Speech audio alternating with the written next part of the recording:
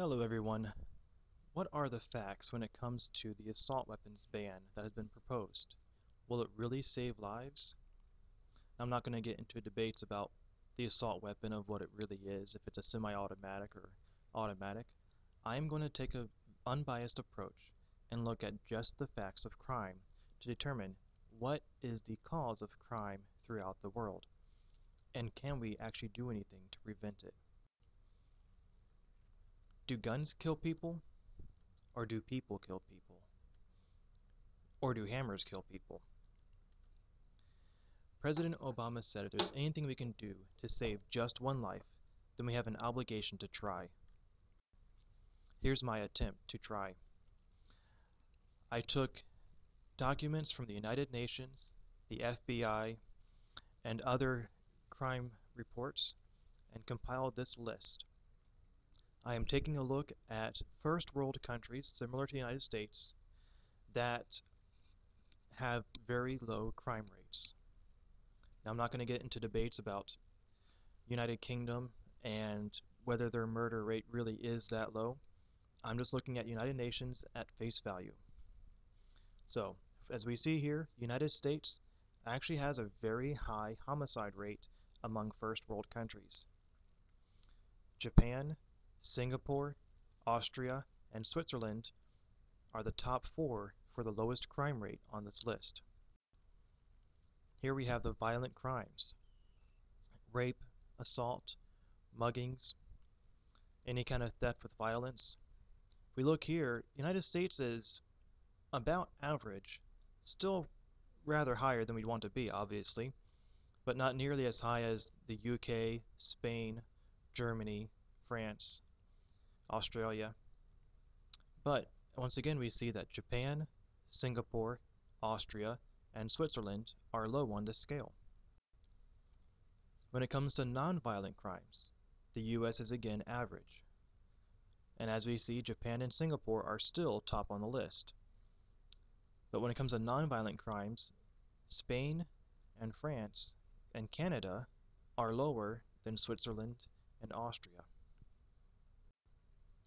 So let's take a closer look at Canada, Austria, Switzerland, Japan, and Singapore.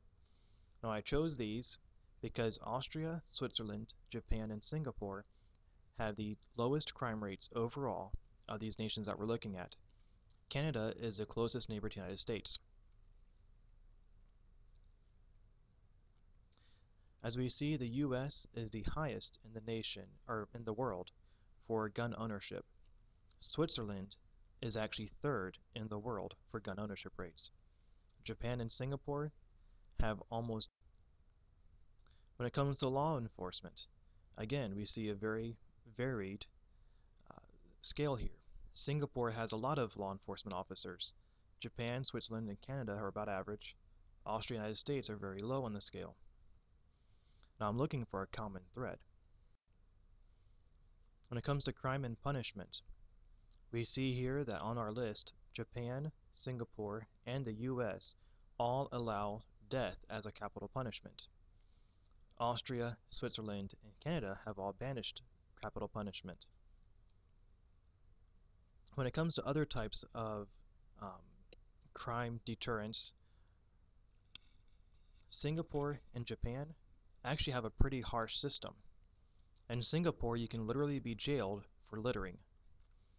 I remember a few years ago, there was a person that was beaten with a cane because of graffiti, whereas places like Austria and Canada are rather lax when it comes to crime and punishment. But the United States here has more people in prison than any of those other countries. When it comes to population density, we again see a wide variety of population density and no common thread.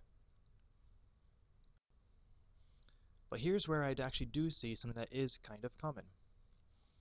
Now, Singapore's is estimated. I couldn't find a complete 100% accurate data for this, but from the data I was able to compile, it seems to be about 80%. These are families that have both parents present. Now, those that don't are either because of divorce or because of single-parent homes that were never married. The United States and Canada are both lower than Austria, Switzerland, Japan, and Singapore. This is the first piece of information I was able to find that seems to point to a common thread. But when it comes to the poverty line, we see that Japan has more poverty than the United States. Singapore's was listed as not applicable, and I was not able to find any information on their poverty level. So here again we see a wide variety and no common thread. When it comes to religion type, again there's no common thread. Japan and Singapore are more Buddhist, Austria, Switzerland are more Catholic, United States and Canada are more Protestant. When it comes to church attendance, again there's no common thread. But we do see here that less than 50% of the population claims to visit church on a regular basis. That's not the way it was 50 years ago. Let's look at the United States at a closer look. These are just the methods of crime used to kill people in the US from 2007 through 2011. Yes, rifles kill less people than the blunt objects category. But there's also a firearms not stated and other firearms categories that could possibly have been rifles, but they're not sure exactly what the weapon that was used. But the rifles is a very small percentage. The larger percentage is handguns. The assault weapons ban is trying to reduce crime by getting rid of rifles. But even if the firearms not stated were all rifles, which is not very likely, less than 1% of all the murders in 2011 would have been by rifles. So going after rifles is not going to reduce a lot of crime. So what will? Well, let's look at some other statistics here. We see in 1960s there was a huge spike in crime. Here's the murder rate. Again, another spike in 1960s of violent crime. And again of the total crime, non-violent and violent. We see the 1960s had a big spike. Barack Obama, the President of the United States, said at the Planned Parenthood conference that people are wanting to turn back the clock to the 1950s. You know, I don't find that as a bad thing. There was less crime in the 1950s than there are today. But let's look at something else in the 1950s. Robert F. Williams, president of the Monroe, North Carolina NAACP, was the founder of the Black Armed Guard. Now there is a problem in North Carolina with the KKK that were coming in and lynching black people.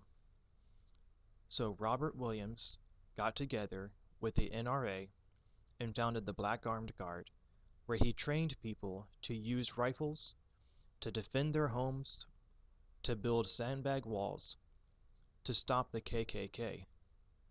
And Robert Williams was very successful in stopping these attacks. If assault weapons, rifles, were banned, this would not have been possible. It is because that he was allowed to use his Second Amendment right that this president of the NAACP was able to stop KKK attacking. Now the one common thread I did find that prevented crime were parents and families. The National Crime Prevention Council, you know, the dog that says, let's take a bite out of crime, they say that parents are the one greatest influence to stop crime.